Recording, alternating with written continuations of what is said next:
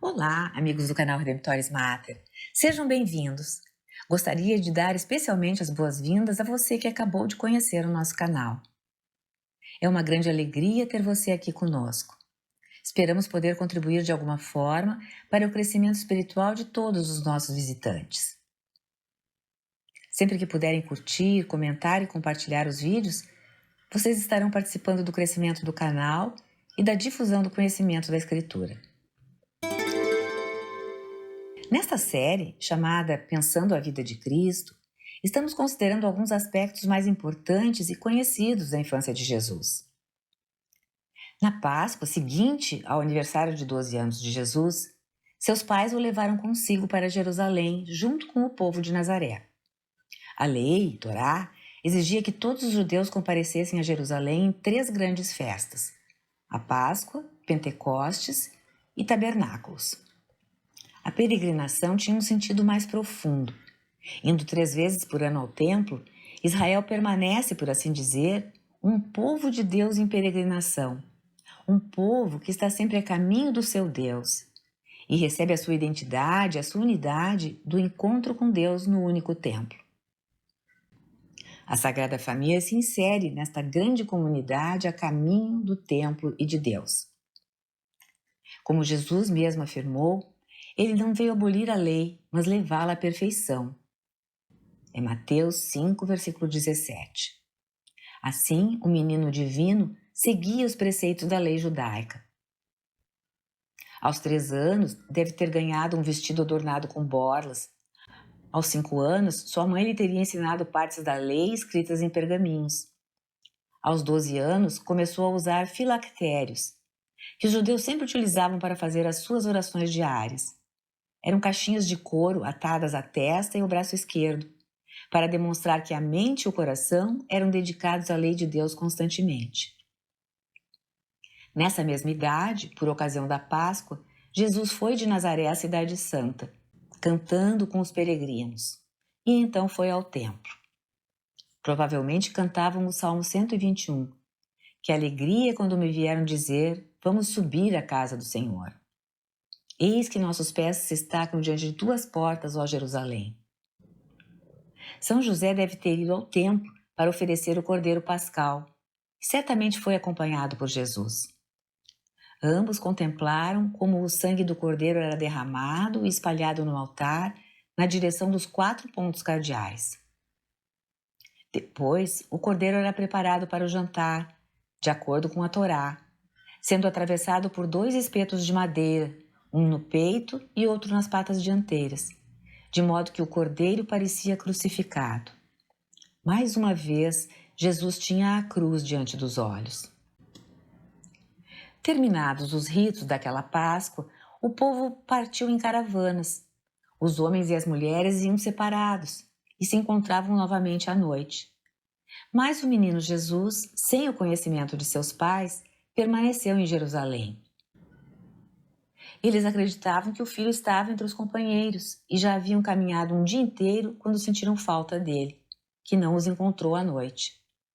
Foi assim que Jesus se perdeu, entre aspas, durante 3 dias. O primeiro foi o dia em que iam para Nazaré. O segundo, aquele em que o procuraram e voltaram a Jerusalém. E o terceiro, aquele em que o encontraram no templo. O fato de Jesus ter ficado no templo não surge como uma rebeldia contra os seus pais, mas o mostra precisamente como aquele que obedece, com a mesma obediência que o conduzirá à cruz e à vitória da ressurreição. Ao longo da infância de Jesus, palavras muito conhecidas presentes nas Escrituras foram contradição, espadas, exílio, massacre, perda, desaparecimento. Naqueles dias, Maria conheceu um dos efeitos do pecado, a perda de Deus. Embora ela não tivesse pecado, conheceu os medos e a solidão, a escuridão e a desolação que todo pecador experimenta quando perde Deus. A mãe estava procurando o filho.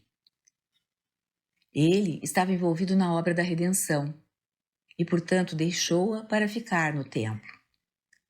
Ela teve a sua noite escura corporal no Egito, quando tiveram de fugir para lá.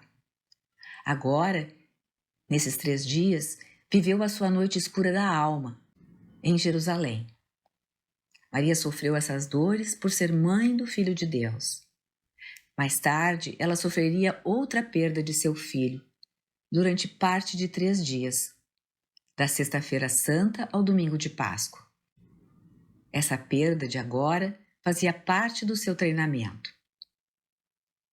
A própria fé de Maria é uma fé a caminho, uma fé que repetidas vezes se encontra na escuridão e, atravessando a escuridão, deve amadurecer. Naquela ocasião, Maria encontrou Jesus no templo. Cristo sempre se encontra em lugares inesperados, em uma manjedoura, onde foi encontrado pelos sábios reis magos, em uma pequena cidade, Nazaré, desprezada até pelos apóstolos como Natanael. Seus pais o encontraram agora, também inesperadamente, no templo. O templo exerceu um fascínio intenso sobre ele, já que o templo era como que a miniatura, um modelo do que existe no céu, a casa do Pai. Era a sua casa, e ele se sentia em casa ali. Sentado no meio dos doutores, ouvindo-os e perguntando. E todos os que o ouviram ficaram surpresos com a sua inteligência e as suas respostas, como narra São Lucas no capítulo 2. O fato de ele estar sentado no meio dos doutores significava que o receberam como mestre, não como um simples discípulo.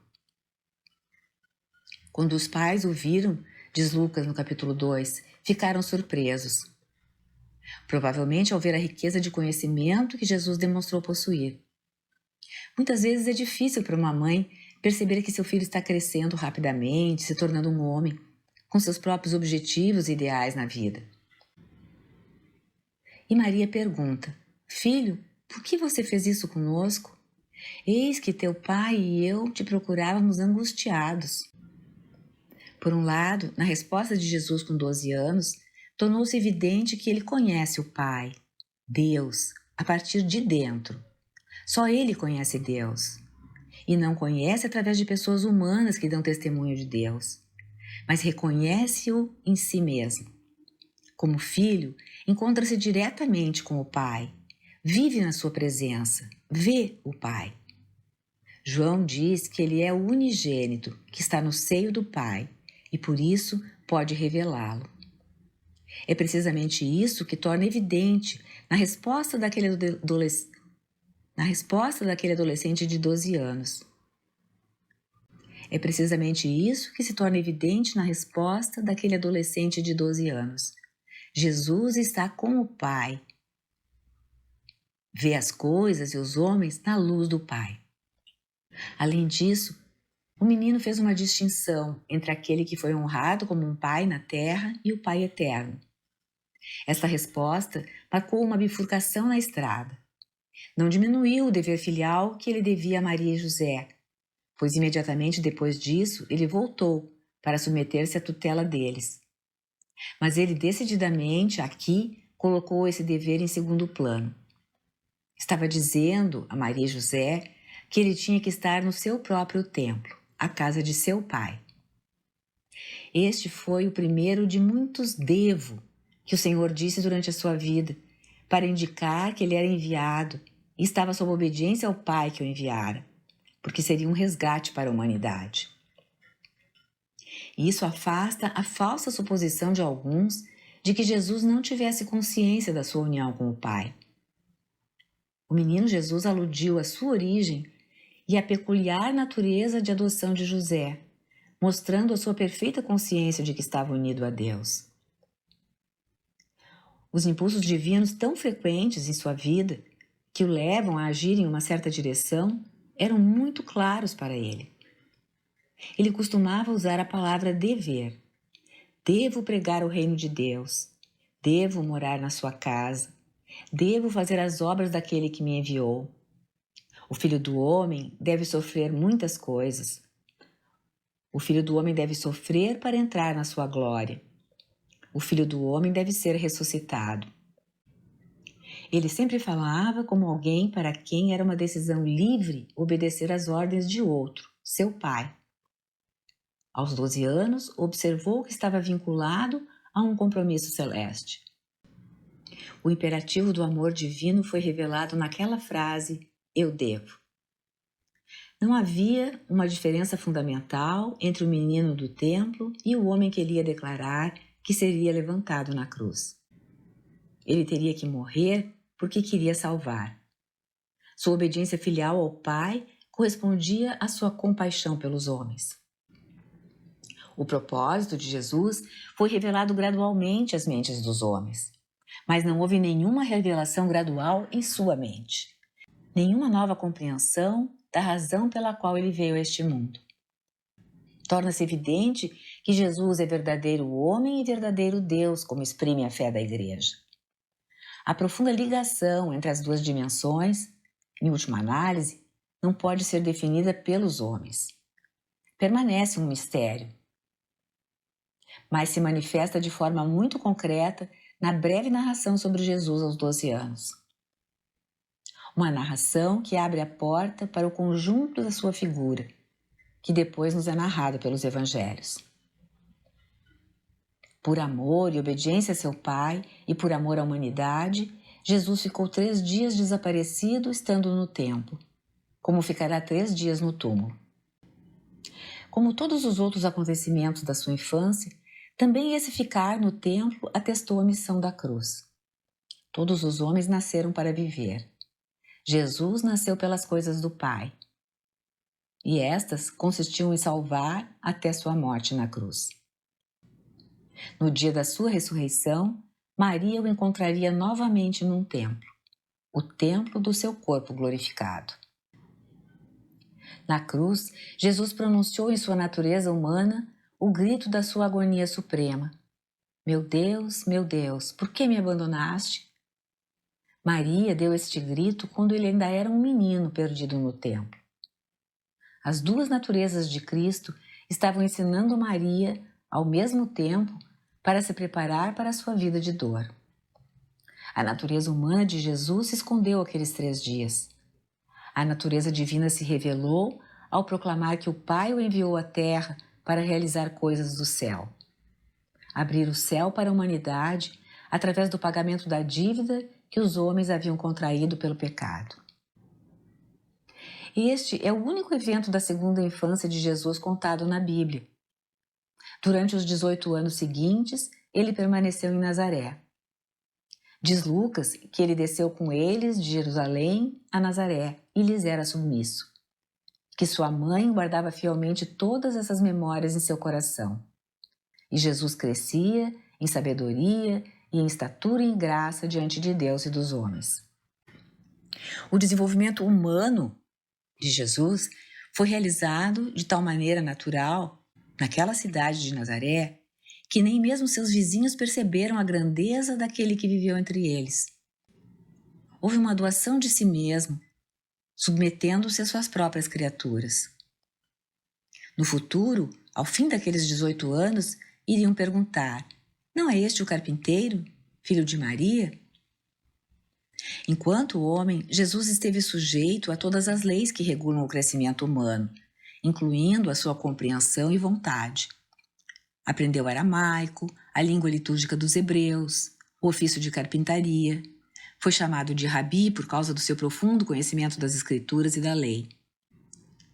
Muitas vezes ele iniciava as conversas e debates perguntando: não leste o que está escrito na lei? Demonstrando assim o seu conhecimento das escrituras. Assim, a família, a sinagoga, o meio ambiente, a própria natureza, tudo contribuiu para formar o seu entendimento e a sua vontade humanas. Sem o entendimento, ele não seria capaz de crescer no conhecimento humano.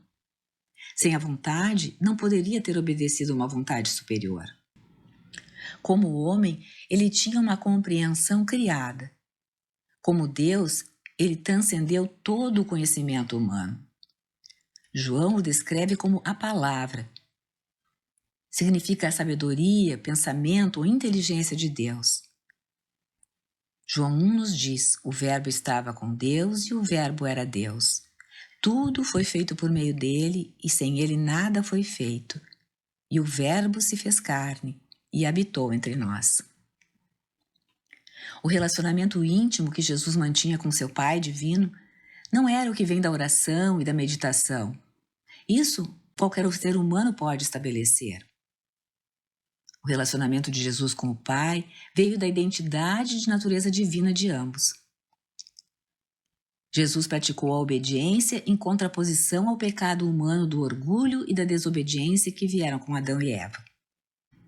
Não para obter uma recompensa ou para formar o seu caráter. Sendo filho, já desfrutava do amor do Pai em toda a sua plenitude.